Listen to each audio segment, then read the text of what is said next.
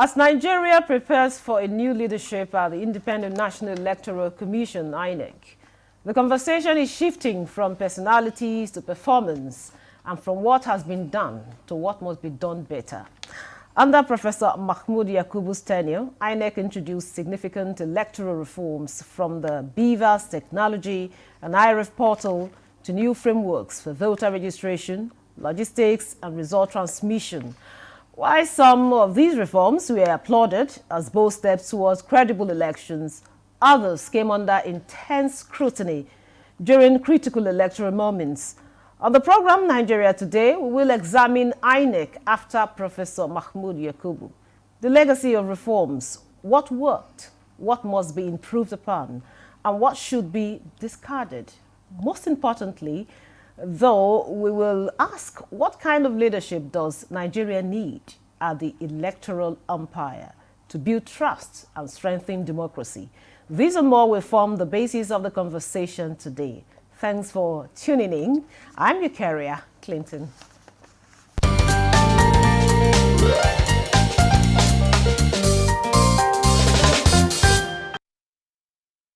Now, with me in the studio to discuss Inec after Professor Yakubu Mahmood is Yusuf Mamandantali. He's a national chairman, Inter-Party Advisory Council, IPAC. It's a pleasure to have you on Nigeria Today. Okay, good evening. Thank you for having me. And joining us via Zoom is Jide Ojo, a public affairs analyst. It's a pleasure to have you, Jide. It's my pleasure. Okay, let's start with you, Yusuf. You know, looking at the legacy review of Professor Yakubu, how would you assess his overall impact on Nigeria's electoral system, and what would you say stood out, you know, as one of his, reforms that he introduced? You see, Professor Mahmood is one man who embarked on revolutionary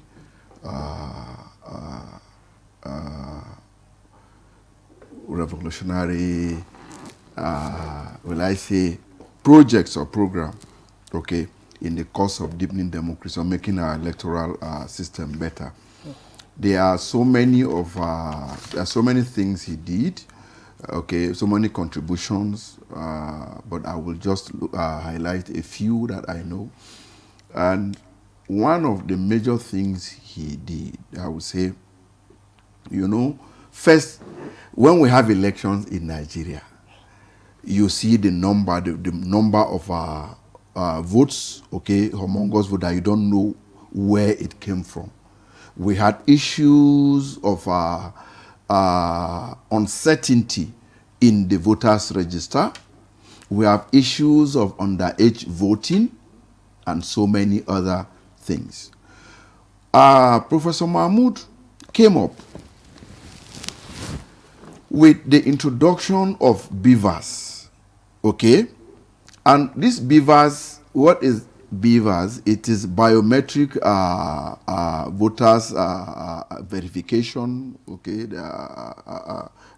system, where you don't just identify or verify the voter using his fingerprint, but you also use his facial appearance, okay, to authenticate the identification of such individual. And what that thing succeeded in doing is that it succeeded in helping in cleaning up the voters register. Before, it was easy for one individual to vote 1, 2, 3, 4, 5 places. But with the introduction of BVAS, nobody can vote twice. In short, you can't even be registered twice. But during the manual registration system, you see people registering in so many places. They have their names. If you go there, they will get accredited and they vote. And most importantly, some of these technologies, they are locally designed within Inec. So the Inec engineers, our own local engineers, were used in designing some of these technologies. And then the IRF portal. And what is the benefit? Let's just talk about the last election, or the 2023 general election. That is one of the elections, or that is the only election in the history of this country that sitting governors couldn't win senatorial election. That people who knows nobody are able to emerge as senators, House of Rep members, and others. That does not mean the system was perfect, but there was tremendous improvement in the entire electioneering process. And what again? All this development, all this technological, this introduction or these innovations did not just appear without the knowledge of stakeholders. Inec embarked on constant engagement. There was periodic interaction between political parties and Inec. We call it quarterly consultative meeting. In the course of this meeting, everything that is being used for the election must be agreed collectively with the political parties, and not just political parties, with civil society organization, with the members of the media, with security agencies and all that. So INEC did not just come, but unfortunately, we have some political actors who went in ignorance, or maybe there was instability in their political parties, and they come up to misinform the public that this happened, that happened. Okay, Yusuf, I will have to stop you here. Good. So that Jude will come in and tell us from his own perspective. Now, Jude, of course, Yusuf had opened the floor, by telling us some of the improvements that were recorded. However, in terms of technology and transparency, BVAS and IREV, they were major innovations that, as Dantele has rightly pointed out. Now, did they truly enhance electoral credibility? Gary, I would say yes. Yes, because, but for beavers, we will still have had purported mass turnout of voters and inflated voter turnout. But now, I have said at several fora that, but for the introduction of technology to deal with the accreditation process, the election, and then post-election, whatever the lapses there are now will have been worse. Look at all the state independent electoral commissions. None of them have conducted the election using biometric voter accreditation system. It has always been manual accreditation. And with manual accreditation, one individual can vote 3-5 times. Underage people can vote. You can use somebody else's PVC to come and vote. But with the beavers, that early stage of electioneering process has been sanitized to a very large extent. So when people say that voter turnout is reducing compared to 2007, I tell them in 2007, we were doing manual accreditation, and there were a lot of shenanigans, a lot of shady deals in that process. Let's look at IRF. IRF was introduced in 2021, and it was first piloted in Nasarawa State Constituency election. From that time, many young Nigerians started taking interest in the election because they cannot follow through in the comfort of their rooms. They don't have to wait on the... and that IRF did a word of good to parties that did not deploy full polling agents. Because All you just need is to set up a situation room and monitor as results are being uploaded, and you can do your independent tally. None of the state independent electoral commissions have been able to do this as well. And when you look at even the balloting, we now have a customized ballot paper. Unlike before, where when we had 91 registered political parties, all the 91 or 92 parties as at 2019, all of them had to be on the ballot paper. Right now, INEC will only print ballot paper based on the number of parties that are fielding candidates. We call it customized ballot paper. Many state independent electoral commissions are not doing this. If there are 19 registered parties, they just print for 19. So technology has really assisted us. But you see, technology is not foolproof anywhere in the world. I wrote in my column in The Punch about what happened with the JAMB UTME result for 2025. The UTME that was conducted by JAMB in 2025 around March, April, and the glitches that happened with that system. When people are saying, oh, INEC manipulated the result of the presidential election 2023, I do not know whether they have to, because the court has interrogated this issue. What the court said is that, okay, the results were not uploaded in real time, but they were there ultimately. There were delays, but you can still find the result there. And there was nowhere, even in the regulations, where INEC make a commitment to say, oh, the result will be there in 1 hour or in 5 hours. They said, well, in real times. But logistics do happen. I'm using a computer to speak to you. I can have glitch because the system, the operating system on this laptop, I do not have control over it.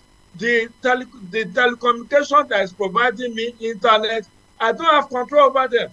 So, and when people look at elections, there are many people who are outside of the electoral process look at a perfect system. Election is like examination in schools, where when you score 75 over 100 in an examination, you are still awarded excellent. They say you are excellent. Why didn't those who come up with the idea of exam said, unless you score 100%, that's when you will score excellent. Somebody who scores so that 60. we'll talk about some of the issues you raised. We'll talk about that. We'll come back to you, Jide. Thank you very much for that your opening remark. Thank you. Now, Yusuf, of course, Jide has mentioned, quite some pertinent issues, some germane issues that, very, very important to this, our conversation. Now, let's look at, operationally. Now, we are talking about the INEC chairman bowing out. We're looking forward to a new INEC chairman coming in. Now, operationally, there were some challenges in logistics and late arrival of materials. These remain recurring issues. Now, from your own opinion, what systemic weaknesses should the incoming INEC prioritize fixing? Good evening, Mr. Jide. You see, before I answer this question, you see, as I talk, some of the innovations of Professor Mahmood Yakubu keep coming to my head. I want to just talk about nomination of candidate, for instance. There was an introduction. In the past, the man who conducts, who in primary, before they get to the point of submission, the name will be changed. The politicians or the political parties, some political parties will change the name of the person and then replace it with whoever they want, for whatever reasons, or maybe best known to the party in question. But with what INEC have done, INEC have handed over the process of nomination of candidates to the political party. upload the names of your candidate after election. That have succeeded, and with this upload, the age, in the past there was problem of at times parties will submit underage, okay, in line with the Electoral Act or so. But with what INEC have introduced, the system would automatically reject that upload, and that has succeeded in taming or reducing litigations that will arise from some of these processes. That is one. Secondly, in the last election that we had, you see, when INEC will not, some people will still want to upload a different name, but INEC have a record of the names that participated in the primary election. If you bring any name that is outside those names, if you bring the system will automatically reject it. That is a tremendous improvement. This have really to a greater extent reduced litigation on the part of political actors. But for politicians, who we are and why we always want to circumvent the rules to do what we want to do. But INEC have, and then looking at listening to what Jide also said, comparing the elections conducted by State Independent Electoral Commission and INEC. Vote buying, yes, an aberration. Okay, we reject it. But who buys vote? Why do politicians buy vote? We buy vote because these votes count in the elections conducted by INEC. But in the elections conducted, or so-called elections conducted by State Independent Electoral Commission, in the words of Professor Mahmood, it's like coronation of candidates, which is true, because this organization do not have the minimum requisite for the conduct of credible election. So that also speaks for INEC. It speaks for the innovations of Professor Mahmood, because these votes actually count. But it is now the players on the field, because INEC is not the one paying for the votes, and INEC is not the one buying the votes.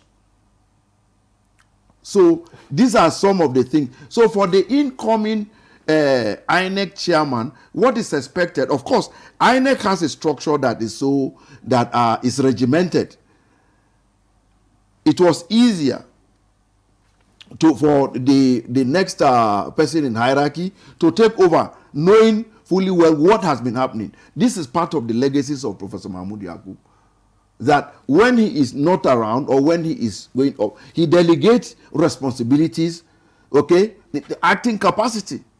And this makes everybody in the system to be abreast of what needs to be done, when and how. So our prayers is the next person that is coming should build on what Professor Mahmood has done. Let me say something again about this current political party registration. In the past, you will see some political parties, you have a father as the chairman, you have a mother as the wife as the woman leader, you have the son as secretary and all that, some of those things, and then addresses without verification. You cannot do that now. And that is why it's not easy to register political parties today as it is. There is, today, one of the requirements for you to register political party, or for the membership of the NEC and NWC, you have to be able to identify them using voters card, PVC. Why? Because INEC already have the records of all the people that have their voters card. Okay. So it will be very difficult to forge names of individuals into in the course of registering a political party. Thank you very much, Yusuf. So, Jide, I know you've mentioned quite a lot about what Professor Yakubu did in his time. Now, we are expecting a new leadership anytime soon.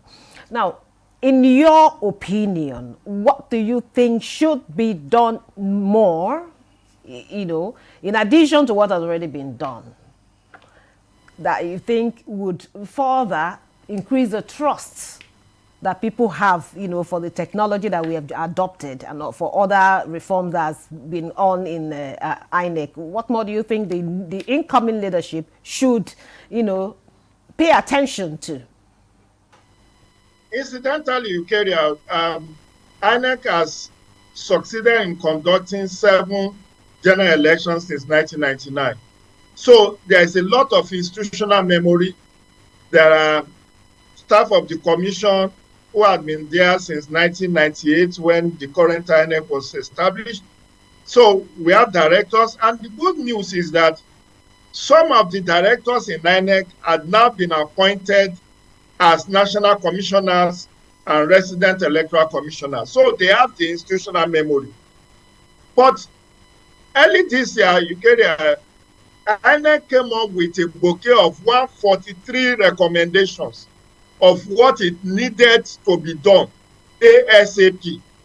And that 143 recommendations, some of them that has to do with electoral reform, is still being considered by the National Assembly, and they need to expedite action on it.